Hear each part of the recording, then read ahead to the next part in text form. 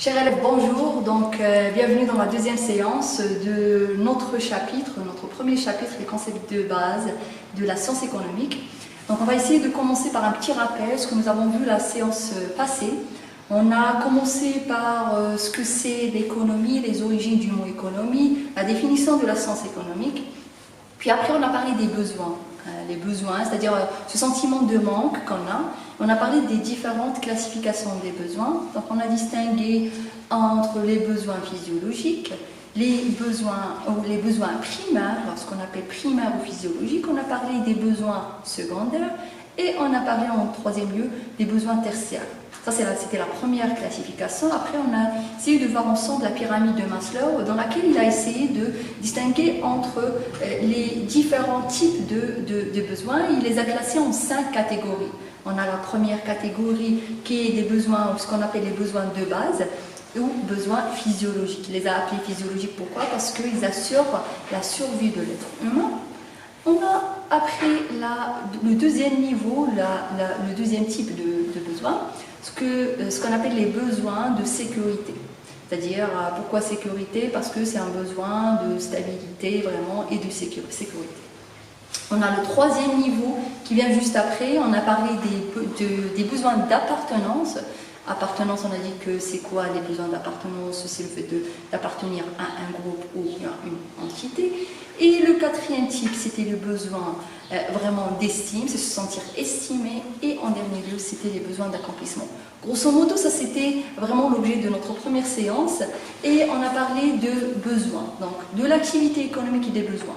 Donc le besoin, il est là, il faut vraiment répondre à ce besoin. Il faut satisfaire ce besoin, comment? À travers l'activité économique.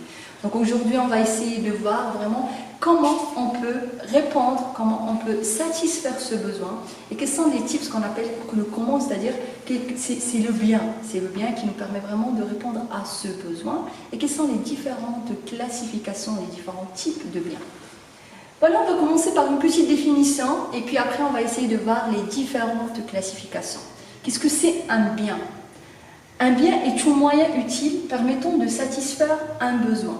Exemple, pain, eau, voiture, vêtements. J'ai faim, je mange. J'ai soif, je bois. Donc là, le bien, il est là pour répondre, pour satisfaire un besoin. Donc il existe plusieurs types de biens. Là, on va essayer de voir les différentes classifications qui sont très, on trouve beaucoup de classifications, plusieurs classifications, mais on va commencer par celle qui est faite selon le principe de rareté. On a parlé dans la première séance de la rareté, du principe de rareté. On a dit que la rareté, c'est-à-dire que quelque chose qui est rare, c'est quelque chose qui n'existe pas en abondance. Donc, selon ce principe, on distingue deux types. Il y a les biens économiques et il y a les biens qui sont non économiques. Qu'est-ce qu'un bien économique? C'est un bien, c'est un bien qui est utile. Pourquoi utile? C'est-à-dire qui répond qu'il est là.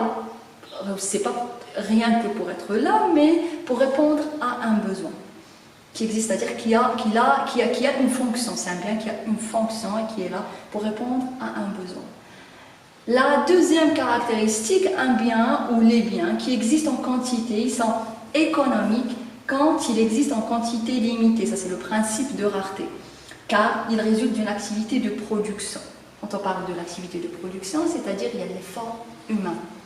On prend un bien naturel, il y a l'effort humain qui est là, c'est-à-dire il le transforme en un bien consommable. Et en dernier lieu, qui s'échangent contre un prix, c'est-à-dire qu'on peut les vendre. Et ils ont une valeur d'échange, exemple, livre, pomme, table. C'est-à-dire qu'on peut trouver sur un marché, on peut se procurer ces biens pour répondre à des besoins. Ça, c'est les biens économiques. Après, on trouve la deuxième classification qui est les biens non économiques. Elle concerne les biens non économiques. Qu'est-ce qu'un bien non économique? C'est un bien qui est appelé aussi libre ou naturel. Il s'agit de biens qui sont fournis par la nature, c'est-à-dire qu'il n'y a pas l'effort humain là. Au contraire des biens économiques, qui ne résultent pas d'un effort humain. La deuxième caractéristique, c'est sans coût, c'est-à-dire qu'il existe vraiment, c'est un bien qui existe en abondance et qui n'a pas une contrepartie pécuniaire, c'est-à-dire que on peut les trouver n'importe où et on peut vraiment ne pas les acheter, qui n'ont pas une valeur d'échange tout simplement. La troisième caractéristique, ce sont des biens qui sont en quantité supérieure aux besoins, ils sont abondants, exemple eau, lumière, mer, air, solaire. C'est-à-dire que quand on parle de ce critère d'abondance, c'est-à-dire que vraiment tellement il y en a qu'on n'a pas ce sentiment de manque et de besoin. La deuxième classification, on va parler de la classification selon l'aspect matériel. C'est-à-dire que là, on va distinguer entre deux types de biens. Il y a les biens matériels, ce qu'on appelle les biens matériels, et les biens immatériels. Qu'est-ce qu'on entend par matériel? Ce sont des biens stockables et qui ont une existence physique, comme une montre, comme un livre. C'est-à-dire que là, biens matériels, c'est-à-dire qu'ils sont tangibles, ils ont un corps physique, on peut les toucher. Par contre, les biens immatériels, ce qu'on appelle les services, c'est-à-dire que ce sont des biens non stockables et qui n'ont pas d'existence physique. Exemple, une coupe de cheveux, transport, enseignement. C'est-à-dire que ce sont des biens qui sont intangibles. Au contraire des biens immatériels, c'est-à-dire qu'ils n'ont pas un corps physique. On ne peut pas les toucher. Fait par exemple, d'aller chez le coiffeur pour se couper les cheveux. Donc ça, c'est un bien qu'on ne peut pas toucher. On paye pour avoir ce service, mais c'est un service qu'on ne peut pas toucher. C'est-à-dire c'est un bien immatériel. Ça, c'était la deuxième classification selon le critère matériel. La troisième classification qui concerne toujours les biens, mais cette fois-ci selon la nature de l'échange. Et là, on va distinguer entre deux types toujours de biens. Il y a les biens qui sont marchands, il y a les biens qui sont non marchands. C'est quoi la différence entre les deux? On va commencer par les biens marchands. Ce sont des biens qui s'échangent sur le marché en contrepartie d'un prix. Tout simplement, c'est un bien qu'on peut vendre pour vraiment, voilà, on se procure ce bien ou on le vend, c'est-à-dire nous en tant qu'entreprise par exemple, on le vend à quelqu'un. Ça c'est un bien qui a un prix sur un marché. Les biens non marchands, ce sont des biens et services qui sont fournis gratuitement, au contraire du premier. C'est-à-dire que pour les premiers, on paie pour avoir ces biens. Par contre, pour les deuxièmes ou le deuxième type, on peut les avoir gratuitement ou quasi gratuitement. Exemple, les services rendus par l'État, les services rendus par les associations, les infrastructures par exemple et tout. Donc, on ne paye pas vraiment pour utiliser ces biens. Donc, ce sont des biens qui sont non marchands. Après, il y a une autre classification, mais cette fois-ci selon l'usage, c'est-à-dire selon l'utilisation. On va essayer de distinguer entre deux types de biens, mais cette fois-ci, le premier type, il peut se décliner en d'autres types. C'est-à-dire qu'on peut distinguer d'autres types de biens pour le premier type qui est les biens de consommation. Donc on distingue les biens de consommation, ce qu'on appelle les biens qui sont directs, c'est-à-dire qu'on peut consommer, et ce sont des biens qui permettent de satisfaire directement et immédiatement les besoins humains. Un bien de consommation peut être un bien durable. Je vais vous donner des exemples pour chaque type. Un bien durable, ou encore un bien semi-durable, ou un bien non durable. C'est quoi la différence entre les trois? Donc un bien durable dont la consommation s'étend sur une période qui est assez longue. Par exemple, quand on achète une télévision par exemple, ou un téléviseur, donc le téléviseur, on ne le consomme pas uniquement pour ce moment, mais vraiment, on peut vraiment l'utiliser pour une longue durée. Un bien qui est semi-durable, qui se dégrade par une utilisation régulière, par exemple nos vêtements. D'accord? À chaque fois qu'on utilise ce bien, à chaque fois qu'on met par exemple ces vêtements, il y a leur valeur qui se dégrade, qui se dégrade. Ce ne sont pas des biens qui durent dans le temps, mais ce sont des biens qui se dégradent dans le temps et ce qu'on appelle les biens qui sont vraiment durables. Et le troisième type, ce sont les biens qui sont non durables ou le bien non durable, ça veut dire quoi? C'est-à-dire qui disparaît immédiatement au moment de son usage. Je prends une pomme, donc je ne peux pas la prendre après pour vraiment, et sa consommation ne peut pas durer dans le temps, ou même un jus par exemple, ou des gâteaux, donc ça ne prend pas vraiment du temps, ou ça ne dure pas dans le temps. Ça c'est le premier type, c'est les biens de consommation, c'est-à-dire on les procure pour être consommés. Et on a les biens, ce qu'on appelle les besoins de production. Les biens de production, pardon. Les biens de production, ou ce qu'on appelle les biens indirects, c'est-à-dire que ce sont des biens qui ne servent qu'indirectement à satisfaire les besoins humains en permettant de produire d'autres biens, par exemple des machines, des tracteurs. C'est-à-dire que si je me procure un bien de production, je ne peux pas le consommer, mais je peux l'utiliser pour produire un bien qui peut être consommé. D'accord? C'est-à-dire que la différence entre les deux, c'est que les biens de consommation, je l'achète pour le consommer tout de suite. Le bien de production, je l'achète pour produire un autre bien. D'accord? Ça, c'était la classification selon l'usage, selon l'utilisation. Après, il y a une autre classification, mais cette fois-ci, c'est selon le rapport entre les biens.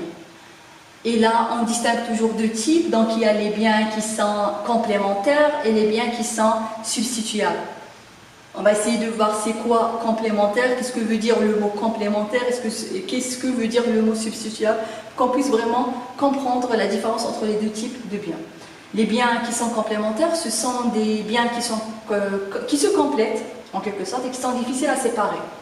C'est-à-dire que si je me procure une voiture sans carburant, je ne peux pas me déplacer. Et là, il s'agit bien d'un bien ou de deux biens qui sont complémentaires, c'est-à-dire que l'un complète l'autre.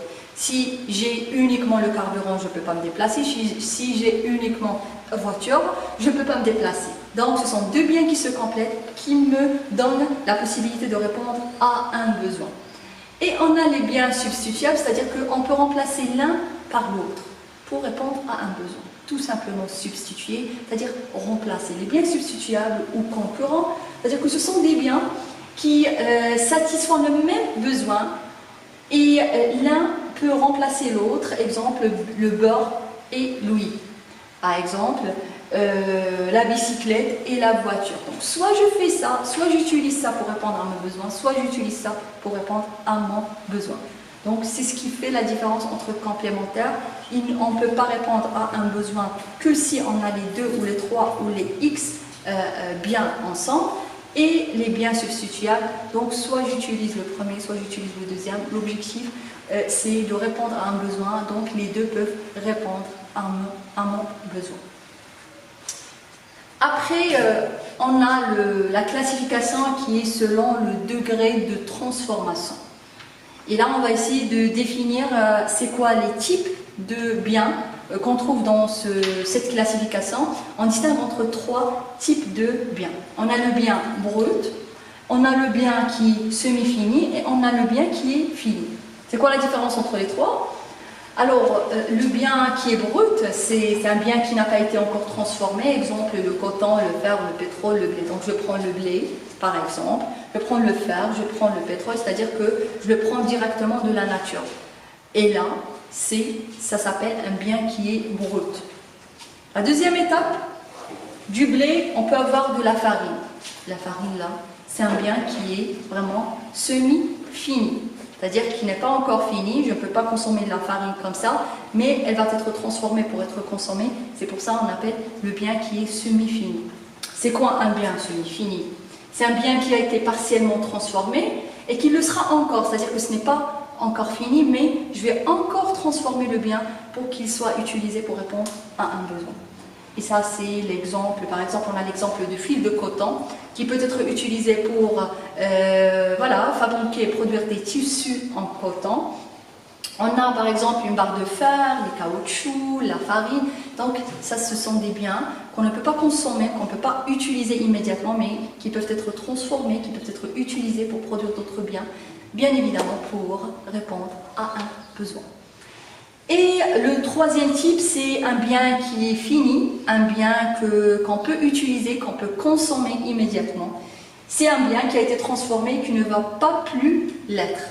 C'est-à-dire qu'il ne va plus l'être après, c'est fini, on peut le consommer. C'est-à-dire que le bien, il est prêt à être consommé immédiatement. Ce qu'on appelle, on peut donner comme exemple, par exemple, les vêtements, la voiture, les pneus, le pain. Donc, du blé, on a eu la farine. De la farine, on a eu du pain. Le pain, on peut le consommer directement.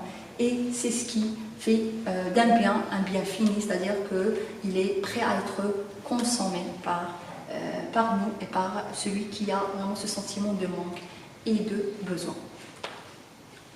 Donc voilà, après avoir traité les besoins, les biens, les différents biens économiques, donc je vous donne rendez-vous la séance prochaine, Inch'Allah, qui va être vraiment dédiée à la présentation des opérations économiques et des agents économiques.